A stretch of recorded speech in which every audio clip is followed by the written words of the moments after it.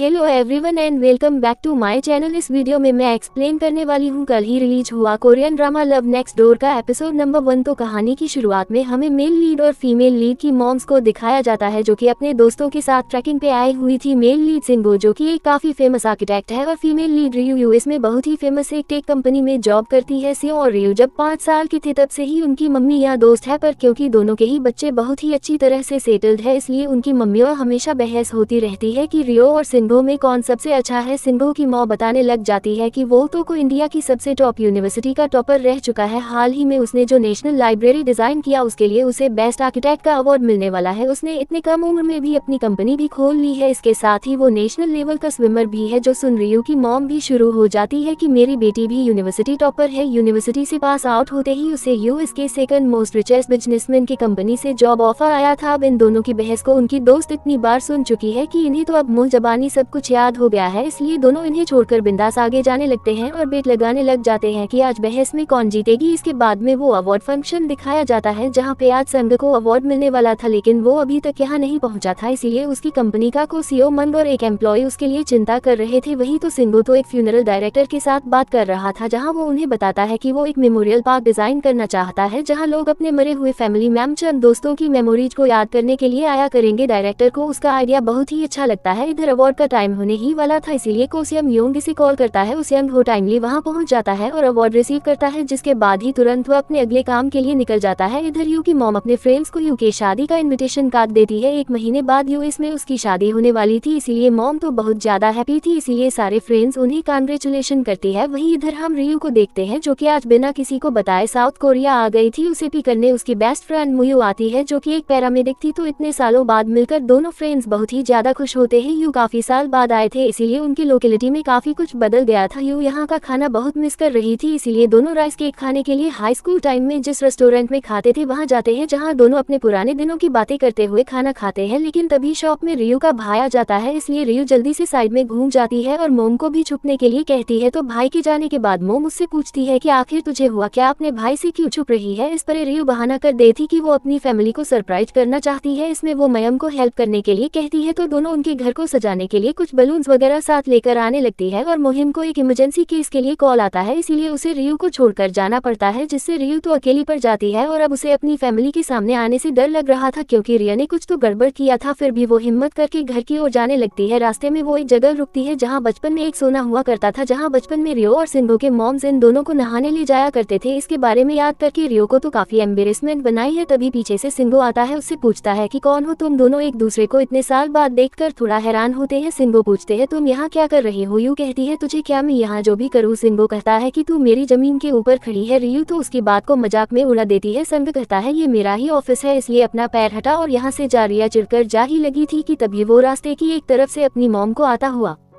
देखती है और दूसरी ओर से उसके डैड आ रहे थे इसीलिए वो सामने पड़े एक बड़े कार्टून के अंदर छुप जाती है और सिंगो को उसकी हेल्प करने के लिए कहती है और उसकी ट्रॉली बीच रोड पर रह गई थी। तभी यहाँ उनकी मॉम्स पहुँच जाती है जो लोग सिंगो को काफी टाइम बाद देखकर बहुत खुश होते हैं। अगले हफ्ते सिंगो के इस ऑफिस की ओपनिंग है, इसके लिए सभी लोग इसे बधाई देते हैं। माम उसे घर चलने के लिए कहती है तो सिंगो उन्हें थोड़ी देर बाद आता हूँ ककर जाने के लिए कहता है और तभी इन सब की नजर पड़ती है ट्रॉली पर। तो ये सभी आसपास देखने लग जाते हैं कि आखिर किसने ये ट्रॉली बीच रास्ते में रखा है। सिंगो को पता नहीं था कि ये रियू का, इसीलिए उसे पूछने पर कहता है कि मैं नहीं जानता, पर तभी रियू उसके पैर में मारती है तो ये समझ जाते हैं कि ये रियू का है, इसीलिए कहता है कि हाँ ये मेरा ही है। तो ये लोग उसका सामान रखवाने में उसकी हेल्प करने की बात करते हैं। तो सिंगो उन सबको कैसे भी करके समझा बुझा कर घर भेज देता है। फिर वो रियू से पूछने लग जाता है कि आखिर तुम इन सब से क्यों चुप रही थी। रियू जवाब नहीं देती तो सिंगो उसे बाहर नहीं आने दे रहा था, पर रियू कार्टून फाड़ के बाहर आ जाती है। सिंगो फिर से पूछता है कि वो चुप क्यों रही थी, पर रियू टॉपिक चेंज करते हुए कहते हैं कि तेरा ऑफिस तो बहुत अच्छा है। वॉशरूम यूज करने के बहाने वो उसके ऑफिस के अंदर चली आती है, फिर पूरे ऑफिस के अंदर घूमने फिरने लग जाती। वहीं सिंगो उसे बार बार घर जाने के लिए कह रहा था और ये तो हर बार टॉपिक चेंज करके कुछ न कुछ पूछने लग जाती है। उसके सवाल खत्म होने के बाद सिंगो फिर से उसे जाने के लिए कहता है। रियो हड़बड़ी में ऊपर की ओर जाने के चक्कर में एक वायर से फंसकर गिर जाती है। इस चक्कर में एक बुक शेल्फ उसके ऊपर गिरने वाला था और संगो उस बुक शेल्फ को पकड़ लेता है, लेकिन उसके अंदर रखी हुई एक बहुत ही भारी मेटल की मूर्ति जंगो की पीठ पर गिर जाता है। इससे उसे बहुत दर्द होता है तो रियो उसके कपड़े उठाकर उसकी पीठ पर देखने लग जाती है, जहाँ इस भारी मेटल के चोट का निशान तो था ही, साथ ही उसके पीठ पर एक बड़े कट का निशान भी था। इसे देखकर उसे उनके बचपन का एक इंसिडेंट याद आता है जब छोटी रियो सिम्बो को बचाने के लिए दूसरे लड़कों से लड़ रही थी, तब गलती से उसका धक्का सिम्बो को लग गया था, जिस वजह से नुकीले तारों से सिम्बो की पीठ पर चोट लग गया था। यू को बहुत बुरा लगता है, कहती कि अभी भी ये निशान है। सिन को कहता है कि मैंने कहा ना कि तुम जब भी मेरे आसपास होती हो तो हमेशा मुझ पर ही मुसीबत आती है। यू कहती है अब कुछ ज्यादा ही हो रहा है। सियो कहता है कि मुझे पता है कि तुम सॉरी तो नहीं कहोगी, पर प्लीज क्या तुम अपने घर जा सकती हो। दब कहती है मुझे भी कोई शौक नहीं है तुम्हारे साथ टाइम स्पेंड करने का। तो सियो उस मूर्ति को उठाकर कहता है कि वैसे ये मूर्ति 17 मिलियन वन का है। ये सुनते ही रियो उस मूर्ति को उससे छीनकर साफ करने के बाद धीरे से उसे रख देती है और कहती है ये तो एकदम ठीक है, इससे कुछ भी नहीं हुआ। तो सियो कहता है कि अब और ज्यादा नाटक मत करो, सीधे घर चलो और आंटी को सब कुछ सच बता दो। अगर कोई प्रॉब्लम है तो उनसे बात कर लो। तो दोनों घर जाने के लिए तैयार होते हैं। इधर मुहिम अपने टीम के एक बंदे के साथ एक घायल इंसान को रेस्क्यू करने जाती है। इसने बहुत शराब पीकर गिर पड़कर बहुत घायल हो गया था। मुहिम उसकी कंडीशन देखकर समझ जाती है कि इसे डायबिटीज है और उसे काफी चोट भी आई थी, इसलिए वो उसे चेक करने जाती है। पर वो इंसान तो मुहिम पर ही चिल्लाने लग जाता है, उसे अकेला छोड़कर जाने के लिए कहता है। मुहिम को ऐसे इंसान को टैकल करना आता था, इसलिए वो उसे चुपचाप से हॉस्पिटल चलने के लिए कहती है। और ये शराबी तो एक बोतल तोड़कर उन्हें डराने लग जाता है। तो आसपास के सभी लोग डर के पीछे भागने लगते हैं और मुहिम उसे शांत कराने लगती है, लेकिन वो शराबी तो अटैक भी कर सकता था। तभी यहाँ एंट्री होती है सेकंड मेल लीड दान हो की, जो अपने आप को रेड बेल्ट बताकर शराबी से लड़ने जाता है, मगर खुद ही उसके सामने फिसलकर गिर जाता है। और तभी मुयू में एक जोरदार किक मारती है, इससे बटलर और शराबी दोनों ही नीचे गिर जाते हैं। तब वो शराबी को प्यार से हॉस्पिटल चलने के लिए कहती है, उसे ये भी डर के मारे मान जाता है। दानों को भी हाथ में चोट लगी थी तो वो भी उनके साथ हॉस्पिटल जाता है। जसिंग और यू दोनों साथ में अपने अपने घर की ओर आ रहे थे, क्योंकि दोनों का घर आमने सामने था। रियो सामने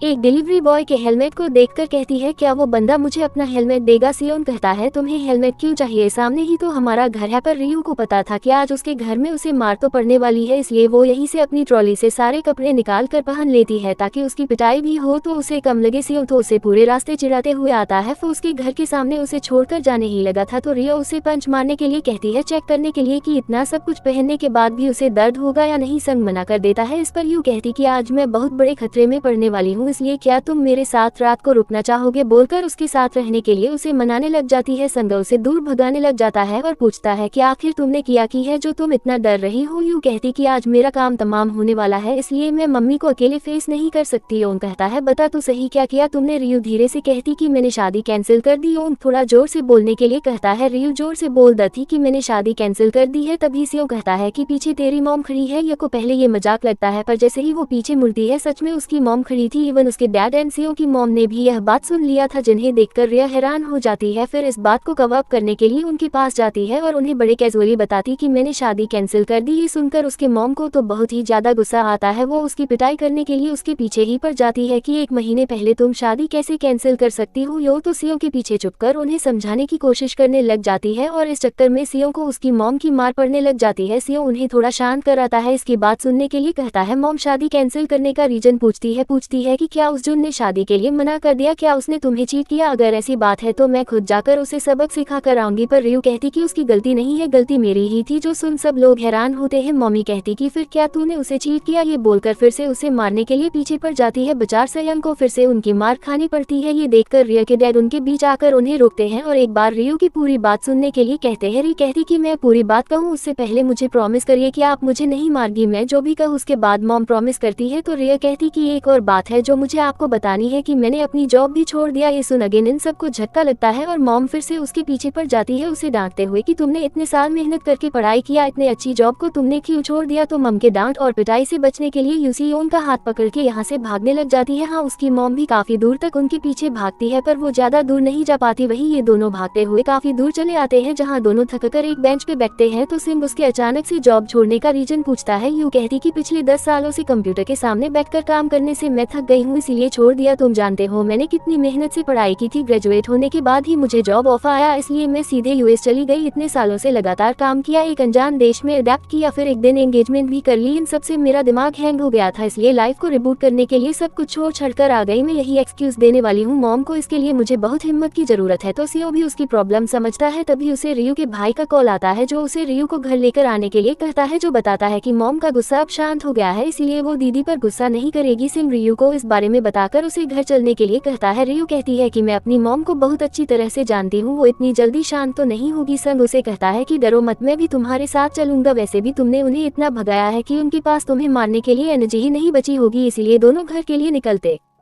है। इधर हॉस्पिटल में दानहो मोहिम के काम से काफी इम्प्रेस हो गया था, इसीलिए उसका नाम पूछने जाता है। मोहिम उसे बड़े प्यार से समझाती है, पिछले 6 साल से मैं एक पैरामेडिक हूँ, मैंने कई लोगों की जान बचाई है। उनमें से जितने मेरा नाम और नंबर पूछा उनमें से किसी को मैं दोबारा कभी नहीं मिली। दानू कहता है पर मैं मिलना चाहूंगा। मोहिम कहती कि पर मैं तुम्हें कुछ नहीं बताने वाली, ये बोलकर वो चली जाती है। इधर दोनों रियो के घर के बाहर पहुंच जाते हैं। को तो अभी भी अंदर जाने में डर लग रहा था, पर सिंह उसे हिम्मत रखने के लिए कहता है, न अंदर ले जाता है। घर के अंदर वो अपनी मॉम को देखती है जो सोफे पे सर झुकाकर रो रही थी। रियो उन्हें चुप कराने आती है, पर मॉम तो ये ड्रामा कर रही थी, वो तो उसकी पिटाई करने के लिए हाथों में छड़ी लिए बैठी थी। कर रियो भागने का सोचती है, सिंह उसे जाने ही नहीं देता, उल्टा कहता है कि आंटी जैसा आपने कहा था मैं इसे घर ले आया, इसको आप ही संभालो। ये बोलकर वो दरवाजा बंद करके बाहर आ जाता है और इधर मॉम रियो से सवाल पूछना शुरू करती है। बाहर से सिंह ये सब देखकर अपना बचपन याद करता है, जब वो अपने पेरेंट्स के साथ यहाँ पहली बार शिफ्ट हुआ था। तब यहाँ के लोकल बच्चे उसे बहुत परेशान करते थे, लेकिन छोटी रियो वो पहली दोस्त थी जिसने सियों को बुली गैंग से बचाया था। इसके बाद से कोई भी सिंह से पंगा लेने के बारे में नहीं सोचता था, क्योंकि रियो उन सब की धुलाई कर देती थी। तो ये याद करके सियो कहता है कि इतने साल बाद ये घर वापस आ गई, अब फिर से हंगामा शुरू होगा। ये बोलकर वह हंसते हंसते अपने घर चला जाता है और इसी के साथ एपिसोड 1 का एंड यहीं पर होता है। तो कहानी आगे और ज्यादा कटिक, रोमांटिक एंड फनी होने वाली है, इसलिए वीडियो पसंद आए तो वीडियो को लाइक कर देना। चैनल पर पहली बार आए तो do subscribe and hit the bell icon. मिलते हैं अगले एपिसोड में, तब तक के लिए take care and bye bye.